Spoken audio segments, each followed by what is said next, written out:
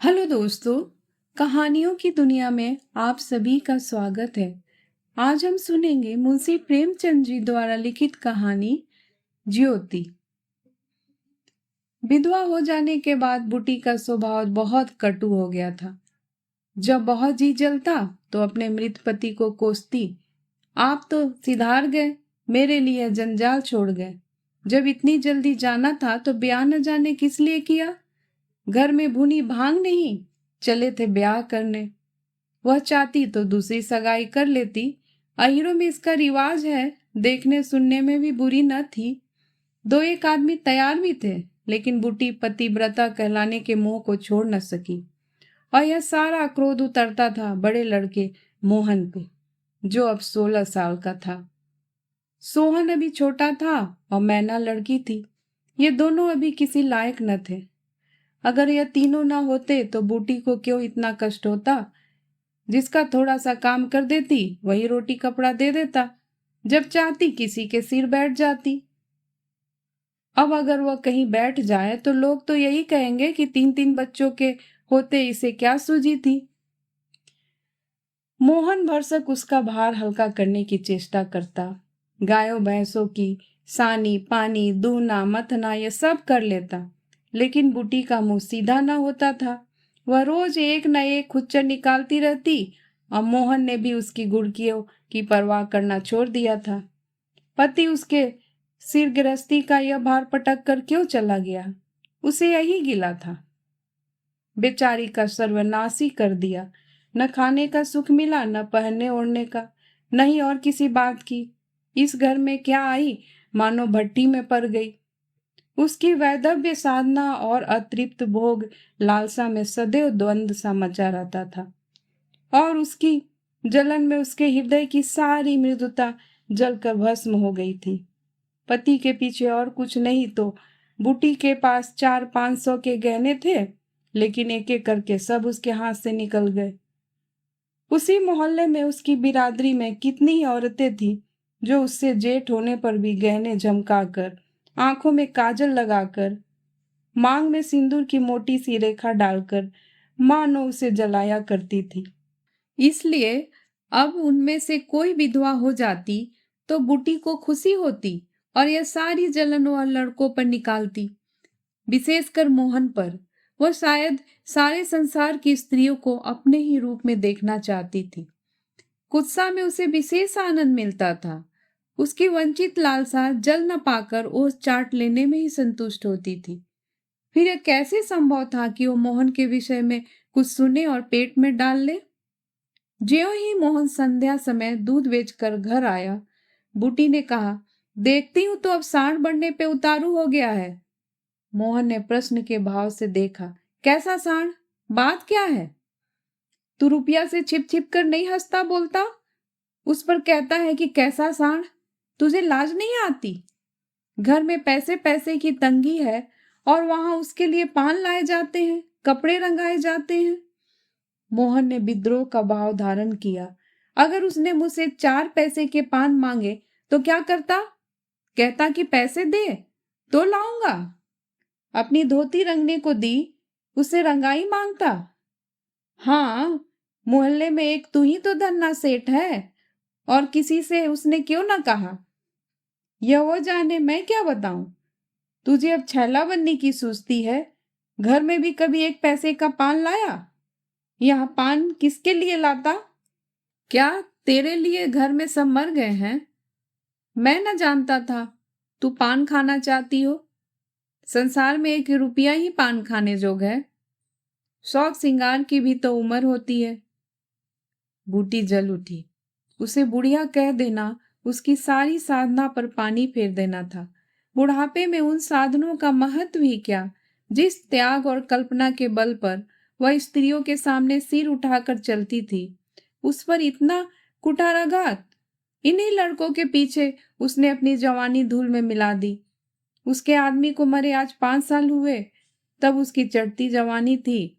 3 बच्चे भगवान ने उसके गले मर दिए, नहीं तो अभी वह है ही कितने दिन की। चाहती तो आज वो अभी ओठ लाल किए, पाँव में महावर लगाए, अनवट बिछुए पहने मटकती फिरती। यह सब कुछ उसने इन लड़कों के कारण त्याग दिया और आज मोहन उसे बुढ़िया कहता है।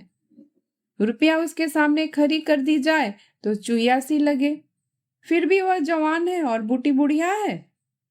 बोली, हाँ और क्या, मेरे लिए तो अब फटे चिथड़े पहनने के दिन है।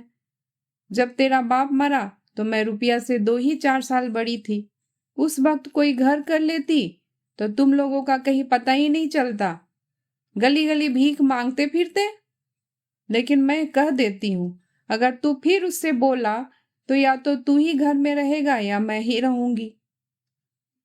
मोहन ने डरते डरते कहा, मैं तो उससे बात दे चुका हूं अम्मा। कैसी बात? सगाई की। अगर रुपया मेरे घर में आई तो झाड़ू मारकर निकाल दूंगी। यह सब उसकी माँ की माया है। वह कुटनी मेरे लड़के को मुझसे छीन लेना चाहती है। रार से इतना भी नहीं देखा जाता। चाहती है कि उसे सौत बनाकर छाती पर बैठा दे। मोहन ने व्यथित कंठ में कहा, अम्मा, ईश्वर के लिए चुप रहो। क्यों अपना पानी आप खो रही हो? मैंने तो समझा था 4 दिन में मैना अपने घर चली जाएगी, तुम अकेली पड़ जाओगी, इसलिए उसे लाने की बात सोच रहा था। अगर तुम्हें बुरा लगता है तो जाने दो। तू आज से यहीं आंगन में सोया कर और गाय भैंसे बाहर पड़ी रहेंगी। पड़ी रहने दे, कोई डाका नहीं पड़ा जाता। मुझ पर तुझे संदेह है? हाँ, तो मैं यहाँ ना सोऊंगा। तो निकल जा घर से। हाँ, तेरी यही इच्छा है तो निकल जाऊंगा। मैना ने भोजन पकाया। मोहन ने कहा, मुझे भूख नहीं है। बूटी उसे मनाने न गई। मोहन का युवक हृदय माता के इस कठोर शासन को किसी तरह स्वीकार नहीं कर सकता। उसका घर है, ले ले। अपने लिए वह कोई दूसरा ठिकाना ढूंढ निकालेगा। रुपया ने उसके रूखे जीवन में स्निग्धता भर दी थी। जब वह एक अव्यक्त कामना से चंचल हो रहा था, जीवन कुछ सूना सूना लगता था। रुपया ने नौ बसंत की भांति आकर उसे पल्लवित कर दिया। मोहन को जीवन में एक मीठा स्वाद मिलने लगा। कोई काम करता होता पर ध्यान रुपया की ओर होता। सोचता उसे क्या दे दे कि वह प्रसन्न हो जाए। अब वह कौन मुंह लेकर उसके पास जाए? क्या उसे कहे कि अम्मा ने मुझे तुझसे मिलने को मना किया है? अभी कल ही की तो बात है। बरगद के पेड़ के नीचे दोनों में कैसी कैसी बातें हुई थी। मोहन ने कहा था, रूपा तुम इतनी सुंदर हो, तुम्हारे 100 ग्राहक निकल आएंगे। मेरे घर में तुम्हारे लिए क्या रखा है? इस पर रुपया ने जो जवाब दिया था वह तो संगीत की तरह अब भी उसके प्राणों में बसा हुआ था। मैं तो तुमको चाहती हूँ मोहन, अकेले तुमको। परगने के चौधरी हो जाओ तब भी मोहन हो, मजूरी करो तब भी मोहन हो। उसी रुपया से आज वह जाकर कहे, मुझे अब तुझसे कोई सरोकार नहीं है। नहीं, यह नहीं हो सकता। उसे घर की परवाह नहीं है। वह रुपया के साथ माँ से अलग रहेगा। इस जगह न सही, किसी दूसरे मोहल्ले में सही। इस वक्त भी रुपया उसकी राह देख रही होगी। कैसे अच्छे बीरे लगाती है। कहीं अम्मा सुन पाए कि वह रात को रुपया के द्वार पर गया था तो प्राण ही दे दे। दे दे प्राण। अपने भाग को तो नहीं बखानती कि ऐसी देवी जैसी बहू मिली जा रही है। न जाने क्यों रुपया से इतना चिढ़ती है। वह जरा पान खा लेती है, जरा साड़ी रंग कर पहनती है, बस यही तो। चूड़ियों की झनकार सुनाई दी। रुपया आ ही रही थी। हाँ, वही है। रुपया उसके सिराने आकर बोली, सो गए क्या मोहन? घड़ी भर से तुम्हारी राह देख रही हूं, आए क्यों नहीं? मोहन नींद का मक्कर किए पड़ा था। रुपया ने उसका सिर हिलाकर फिर कहा, क्या सो गए मोहन? उन कोमल उंगलियों के स्पर्श में क्या सिद्धि थी, कौन जाने। मोहन की सारी आत्मा उन्मत्त हो उठी। उसके प्राण मानो बाहर निकलकर रुपया के चरणों में समर्पित हो जाने के लिए उछल पड़े। देवी वरदान के लिए सामने खड़ी है। सारा विश्व जैसे नाच रहा है। उसे मालूम हुआ जैसे उसका शरीर लुप्त हो गया है। केवल वह एक मधुर स्वर की भांति विश्व की गोद में चिपटा हुआ उसके साथ नृत्य कर रहा है। रुपया ने कहा। अभी से सो गए क्या जी? मोहन बोला, हाँ जरा नींद आ गई थी रूपा। तुम इस वक्त क्या करने आई हो? कहीं अम्मा देख ले तो मुझे मार ही डाले। तुम आज आए क्यों नहीं? आज अम्मा से लड़ाई हो गई। क्या कहती थी? कहती थी रुपया से बोलोगे तो मैं प्राण दे दूंगी। तुमने पूछा नहीं रुपया से क्यों चिढ़ती हो? अब उनकी बात क्या कहूँ रूपा, वह किसी का खाना पहनना नहीं देख सकती। अब मुझे तुमसे दूर रहना पड़ेगा। मेरा जी तो न मानेगा। ऐसी बात करोगी तो मैं तुम्हें लेकर भाग जाऊंगा। तुम मेरे पास एक बार रोज आया करो बस, और मैं कुछ नहीं चाहती। और अम्मा जो बिगड़ेंगी तो मैं समझ गई तुम मुझे प्यार नहीं करते। मेरा बस होता तो तुमको अपने प्राणों में रख लेता। इसी समय घर के किवाड़ खटके। रुपया भाग गई। मोहन दूसरे दिन सोकर उठा तो उसके हृदय में आनंद का सागर सा भरा हुआ था। वह सोहन को बराबर डांटता रहता था। सोहन आलसी था, घर के काम धंधे में जी न लगाता था। मोहन को देखते ही वह साबुन छिपाकर भाग जाने का अवसर खोजने लगा। मोहन ने मुस्कुराकर कहा, धोती बहुत मैली हो गई है सोहन, धोबी को क्यों नहीं दे देते? सोहन को इन शब्दों में स्नेह की गंध आई। धोबिन पैसे मांगती है तो पैसे अम्मा से क्यों नहीं मांग लेते? अम्मा कौन सा पैसे दे देती हैं, तो मुझसे ले लो। यह कहकर उसने एक एक कन्नी उसकी ओर फेंक दी। सोहन प्रसन्न हो गया। भाई और माता दोनों ही उसे धिक्कारते रहते थे। बहुत दिनों बाद आज उसे स्नेह की मधुरता का स्वाद मिला। इकन्नी उठा ली और धोती को वहीं छोड़कर गाय को खोलकर ले चला। मोहन ने कहा, रहने दो, मैं इसे ले जाता हूं। सोहन ने पगैया मोहन को देकर फिर पूछा, तुम्हारे लिए चिल्लम रख लाऊं? जीवन में आज पहली बार सोहन ने भाई के प्रति ऐसी सद्भाव प्रकट किया था। इसमें क्या रहस्य है यह मोहन की समझ में नहीं आया। बोला, आग हो तो रख लाओ। मैना सिर के बाल खोले आंगन में बैठी घरौंदा बना रही थी। मोहन को देखते ही उसने घरौंदा बिगाड़ दिया और आंचल से बाल छिपाकर रसोई घर में बर्तन उठाने चली। मोहन ने पूछा, क्या खेल रही थी मैना? मैना डरी हुई बोली, कुछ तो नहीं। तू तो बहुत अच्छे घरौंदे बनाती है, जरा बना देखूं। मैना का रुआसा चेहरा खिल उठा। प्रेम के शब्द में कितना जादू है। मुंह से निकलते ही जैसे सुगंध फैल गई। जिसने सुना उसका हृदय खिल उठा। जहां भय था वहां विश्वास चमक उठी। जहां कटुता थी वहां अपनापन छलक गया। चारों ओर चेतना दौड़ गई। कहीं आलस्य नहीं, कहीं खिन्नता नहीं। मोहन का हृदय आज प्रेम से भरा हुआ है। उसमें सुगंध का विकर्षण हो रहा है। मैना घरौंदा बनाने बैठ गई। मोहन ने उसके उलझे हुए बालों को सुलझाते हुए कहा, तेरी गुड़िया का विवाह कब होगा मैना? न्योता तो दे, कुछ मिठाई उठाई खाने को मिले। मैना का मन आकाश में उड़ने लगा। जब भैया पानी मांगे तो वह लोटे को राख से खूब चमाचम करके पानी ले आए। अम्मा पैसे नहीं देती, गुड्डा तो ठीक हो गया है, टीका कैसे भेजूं? कितने पैसे लगेंगे? 1 पैसे के बतासे लूंगी और 1 पैसे का रंग। जोरे तो रंगे जाएंगे कि नहीं? तो 2 पैसे में तेरा काम चल जाएगा? हाँ, 2 पैसे दे दो भैया, तो मेरी गुड़िया का ब्याह धूमधाम से हो जाएगा। मोहन ने 2 पैसे हाथ में लेकर मैना को दिखाए। मैना लपकी। मोहन ने हाथ ऊपर उठाया। मैना ने हाथ पकड़कर नीचे खींचना शुरू किया। मोहन ने उसे गोद में उठा लिया। मैना ने पैसे लिए और नीचे उतरकर नाचने लगी।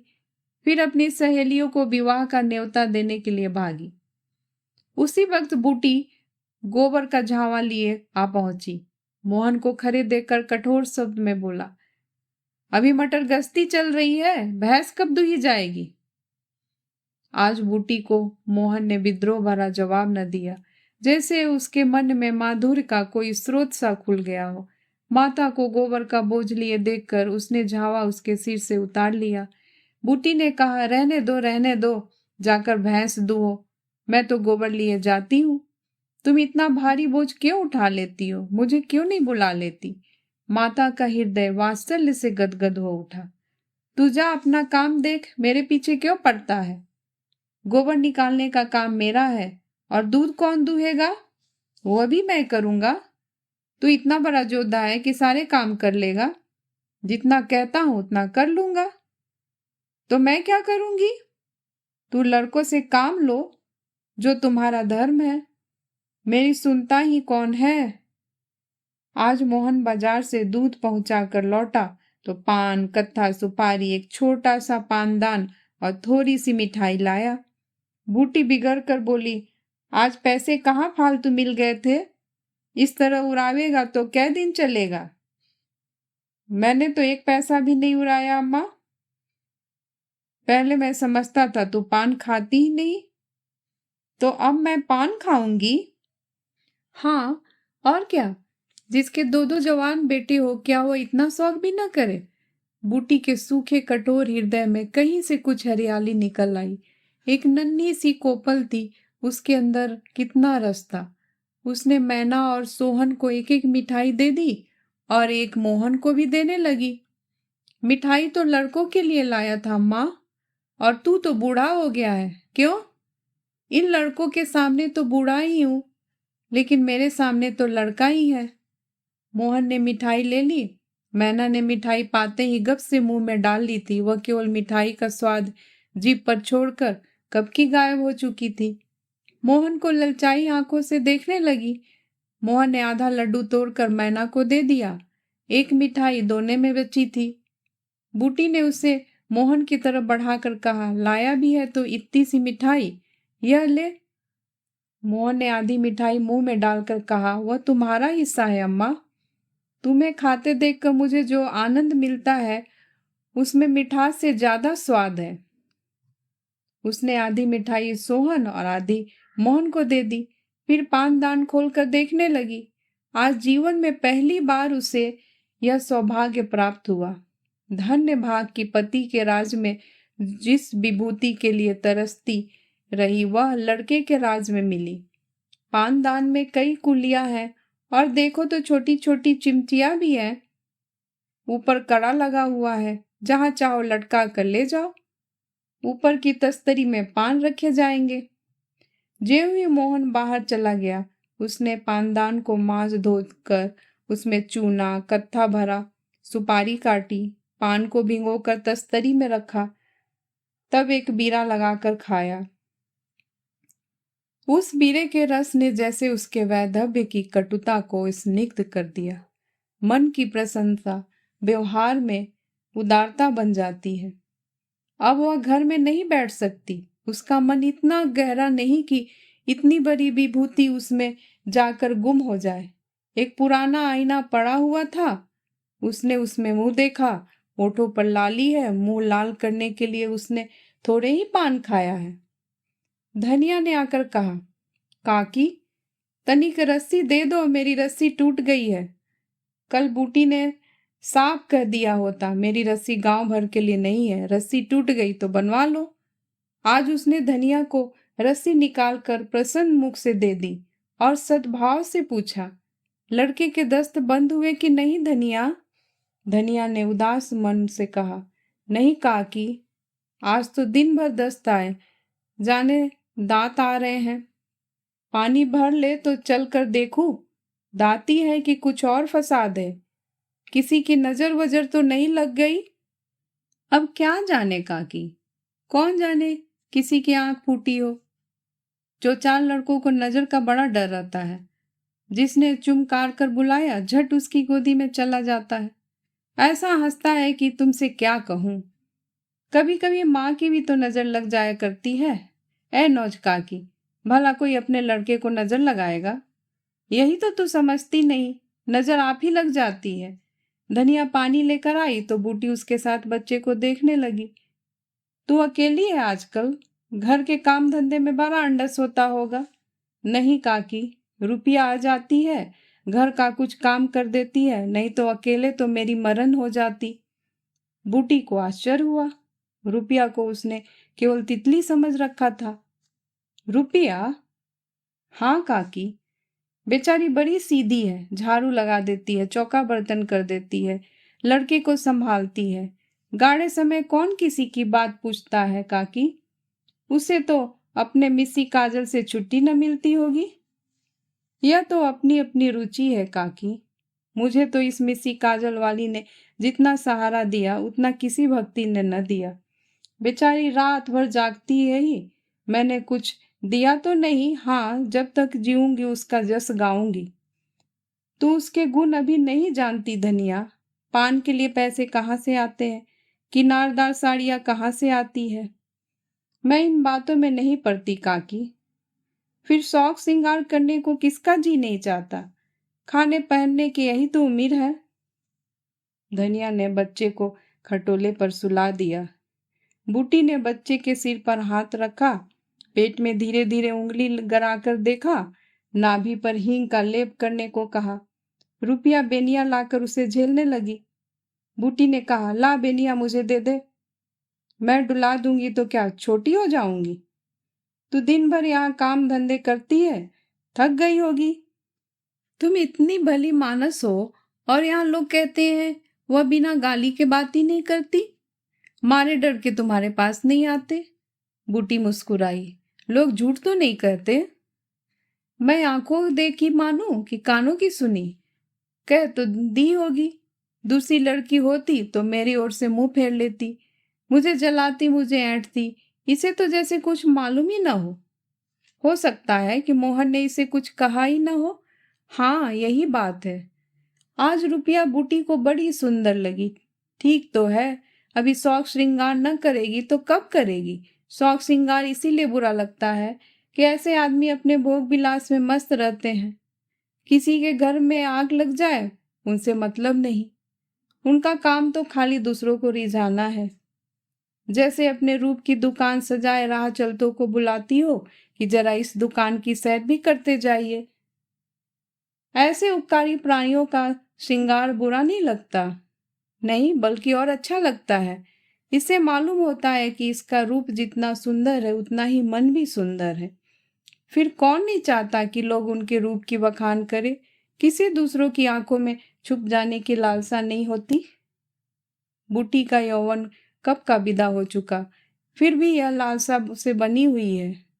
कोई उसे रस भरी आंखों से देख लेता तो उसका मन कितना प्रसन्न हो जाता है, जमीन पर पांव नहीं पड़ते। फिर रूपा तो अभी जवान है। उस दिन से रूपा प्रायः 2-1 बार नित बूटी के घर आती। बूटी ने मोहन से आग्रह करके उसके लिए अच्छी साड़ी मंगवा दी। अगर रूपा कभी बिना काजल लगाए या बेरंगी साड़ी पहने आ जाती तो बूटी कहती, बहू बेटियों को यह जोगिन भेष अच्छा नहीं लगता। यह भेष तो हम जैसी बूढ़ियों के लिए है। रूपा ने एक दिन कहा, तुम बूढ़ी कहाँ से हो अम्मा? लोगों को इशारा मिल जाए तो भौरों की तरह तुम्हारे द्वार पर धरना देने लगे। बूटी ने मीठे तिरस्कार से कहा, चल मैं तेरी माँ की सौत बनकर जाऊंगी। अम्मा तो बूढ़ी हो गई तो क्या तेरे दादा भी जवान बैठे हैं? हाँ ऐसा, बड़ी अच्छी मिट्टी है उनकी। बूटी ने उसकी ओर रस भरी आंखों से देखकर पूछा, अच्छा बता, मोहन से तेरा विवाह कर दूं? रूपा लजा गई। मुख पर गुलाब की आभा दौड़ गई। आज मोहन दूध बेचकर लौटा तो बूटी ने कहा, कुछ रुपए पैसे जुटा, मैं रूपा से तेरी बातचीत कर रही हूँ। दोस्तों इस कहानी को सुनने के लिए आपका बहुत बहुत धन्यवाद। दोस्तों अगर आपको मेरी ये कहानियाँ अच्छी लगती हो तो प्लीज़ मेरे चैनल को लाइक एंड सब्सक्राइब करना मत भूलिएगा। मैं फिर हाजिर होंगी एक नई कहानी के साथ। तब तक के लिए नमस्कार।